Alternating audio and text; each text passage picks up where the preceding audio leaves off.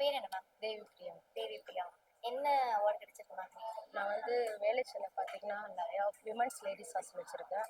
கிட்டத்தட்ட ரொம்ப வருஷமாக கஷ்டப்பட்டு உருவாக்கி வந்திருக்கோம். Okay okay ma'am. எப்படி ஃபீல் பண்ணுறீங்க? ரொம்ப ஹாப்பியாக இருக்குது. என் லைஃப்லேயே இதான் ஃபஸ்ட்டு ஃபர்ஸ்ட் அவார்டு. அவார்டு. ஆமாம், ஓகே. ரொம்ப ஹாப்பியாக இருக்குது. நீங்க நினைச்சு மோட்டிவேட்டாக பாத்தீங்களா மேம் இருக்குது. இந்த அவார்டு உங்களுக்கு கிடைக்கும் அப்படின்னு?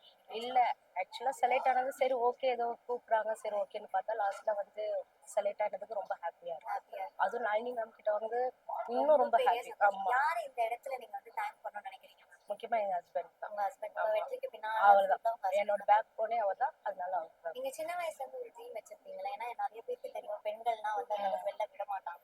நீங்களும் அந்த மாதிரி ஒரு என்வாயர்மெண்ட்ல வளர்ந்துருக்கீங்க. ஸோ அது எல்லாத்தையும் பிரேக் பண்ணிட்டு இந்த நிலைமைக்கு வரதுக்கு பின்னாடி உங்களுக்கு ஒரு வைராக்கியம் இருக்குங்க. நிறைய இருக்கு.